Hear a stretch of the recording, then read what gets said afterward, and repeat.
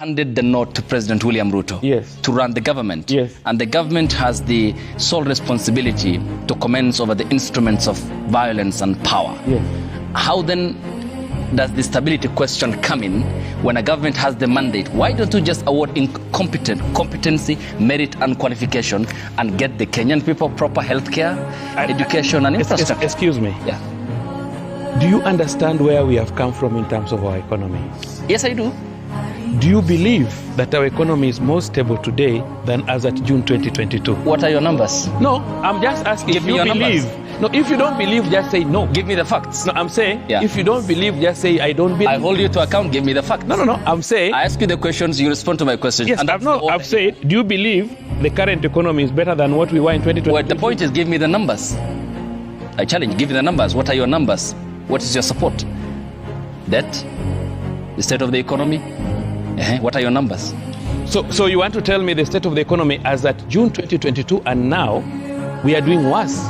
Well, I can argue that the prices of basic commodities are on the rise as we speak at the moment. Yes, and what will be the cause? I can. What is our background of where we have reached? I want to understand your point so that I ask you the question. So what are you exactly driving at?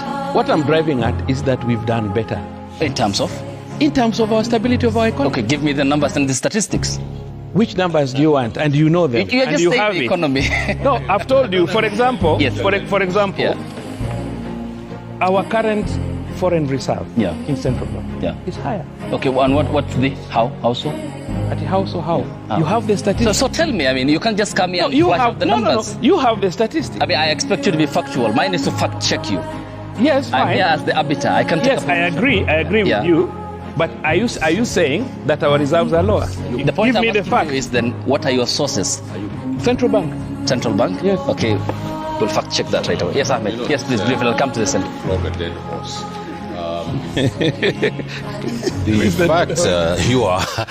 The facts of the matter are, it's very simple.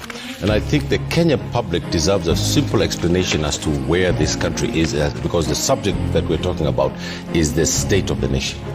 And you cannot have as a discourse stumbling from one failure to another with enthusiasm and say that you're a success. I mean, it's not acceptable. When you look at the state of the economy from, if you look at the US dollar, if you look at the GNP, if you look at the gross domestic product, if you look at all the structures that calibrate the economy from healthcare to the private market, every single Kenyan in this country is under a huge shadow of angst. Because we do know that there is no circulation of money. One of the major indicators of a healthy economy is the circulation of money. The second indicator of a healthy economy is investor confidence, where an investor believes that in country A, B, or C, you can do A, B, C, D. Everybody's fleeing to Tanzania. Everybody's going to Tanzania. People are going to other countries than they're leaving Kenya. When you talk about the social security institutions like healthcare, education, and social welfare, there's nothing to write home about in those issues. These are the structures. We want to talk about facts, not about theory. And when it comes to foreign affairs, presidents are refusing to greet our presidents, shake his hand. The latest one being the DRC. The latest one. And on the index of corruption, he came second to Bashar al-Assad. I mean, when the deputy president stands over there... What's the source of that data? The data comes from an anti-corruption organization. How credible it was widely. Let me explain. It was widely published on Twitter and Facebook and in the newspapers. I'll remember the name in just 1 second. And there was about 100 presidents who were put to task, and people around the world and in their countries voted and asked to see who was the sentiment, who was the most corrupt. I will get it in a minute. And Mr. Ruto came in second. It's a very popular account. No, it's not social media propaganda. I want the source. Yeah, I'll get you the source in a minute. We have to be factual. Yes. So we'll get you the source in 1 second. Then lastly, Ayub, I want to put it to you that if the country, the state of the nation, is been a rebellion by the 80% of the population of this country that's under the age of 25, who are called the Gen Z, who stole the maize and took it to pipeline. It was for the president to come and say, please. No, it's a fact. It's not me. It's on there. You can counter-check that one. The guy who had the maize was arrested.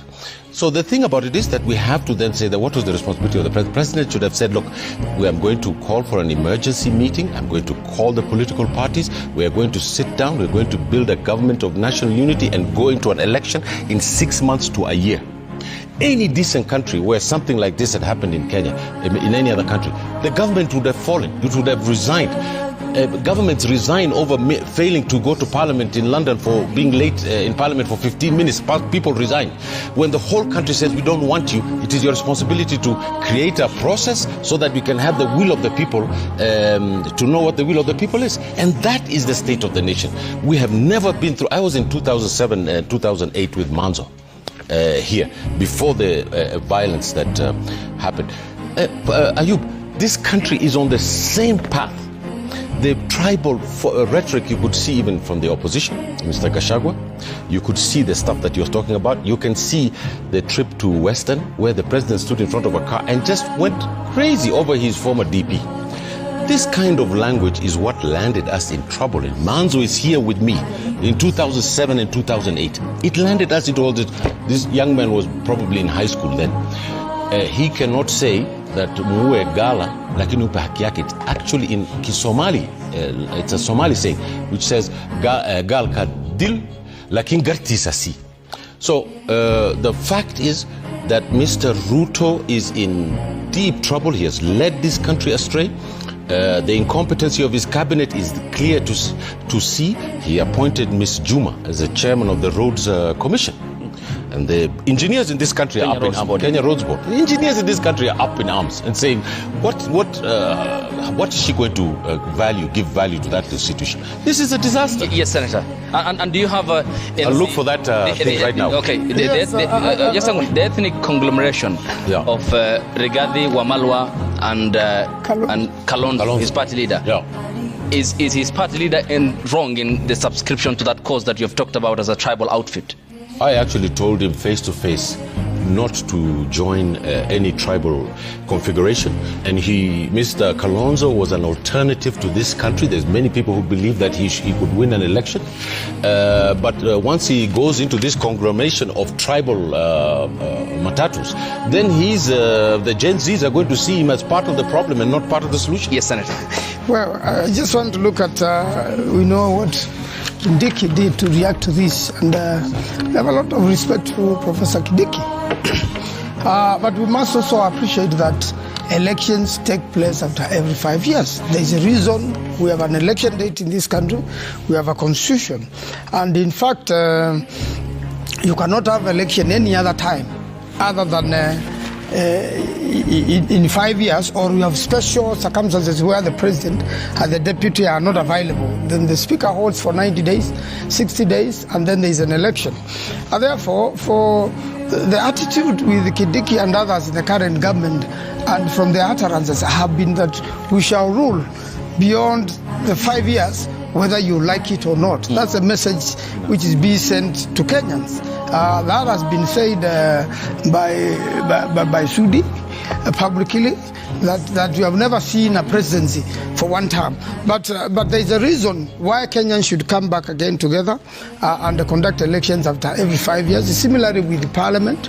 Parliament has to be re-elected or to go home after every 5 years so that Kenyans can rethink and can bring forth a new parliament. Is that a threat, under threat at the moment? Parliament? Yeah, we have said that Parliament was already overrun by Kenyans. That meant Parliament was impeached by Kenyans themselves. Many Kenyans have no confidence in the current Parliament. For current Parliament is like a rubber stamp of the executive. Everything actually bills leave State House in the same way. They arrive Parliament and they go back to State House the same way for signature. In fact, they need not leave State House at times. The same is for the Senate, the bicameral house, since the establishment in 2013. For example, as a senator, would you say no to anything proposed by Kalonzo Musyoka, your party leader? I'll challenge him if he's wrong. On public interest issue. I'll challenge you, like I'll give you an example.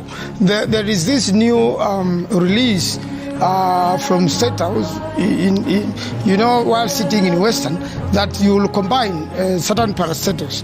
To a great extent, that is correct. Some of the parastatals really were politically created. They are not serving the country as such. But the majority of those parastatals are very serious assets and are actually not insolvent. So when you have that, it means each of these parastatals has an act of parliament.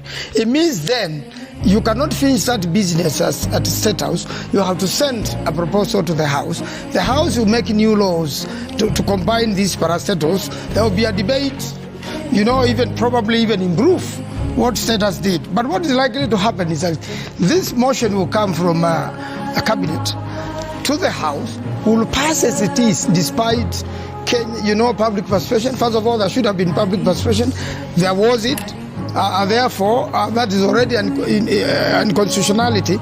Then comes to the House.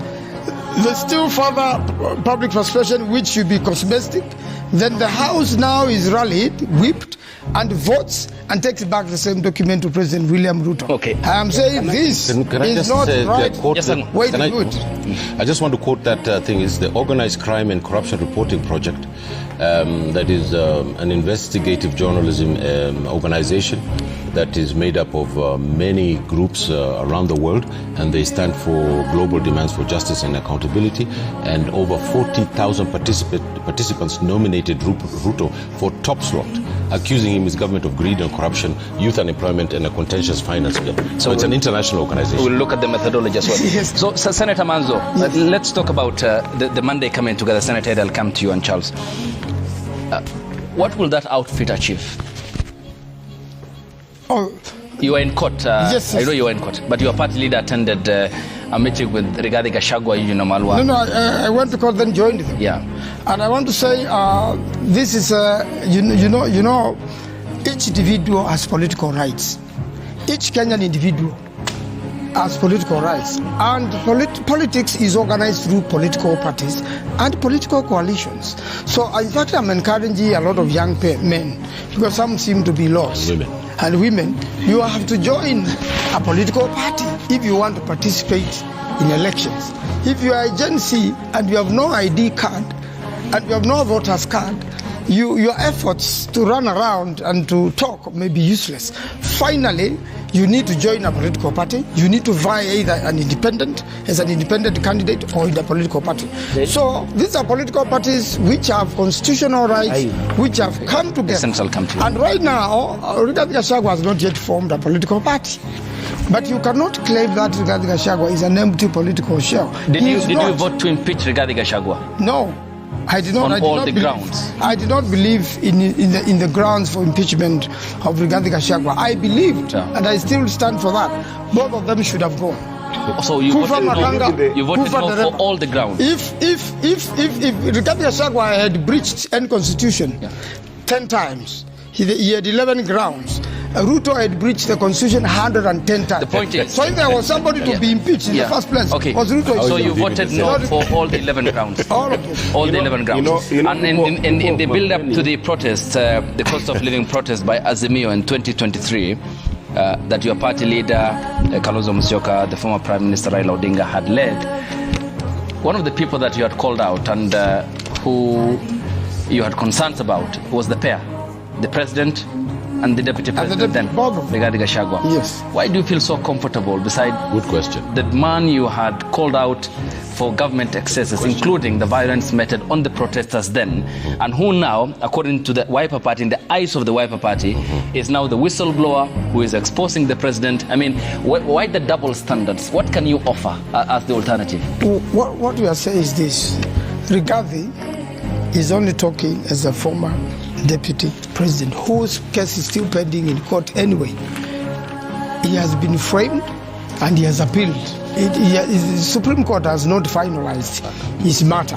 So he has an opportunity to explain himself. What he's doing now... The question is, let me call him the counsel now, because he's... Now that Rigathi is out and has been in this government, and he said he disagreed with William Ruto on a lot of issues many times. He now says the epicenter of corruption in this country is State House, which has been a suspicion. The point is, shocking. It's a matter of balance. Ahmed, order. It's a matter of balance, Council Manzo, because when he on Monday talked about the affordable housing and how he said this is meant to hoodwink Kenyans, 19th of May 2023, he was the very same man who was on top of cars and the vocal cheerleader of the very same project. Correct. I mean, out of moral authority and decency, if you are to offer an alternative for this country, was he the right person to warm up to or to cozy up to?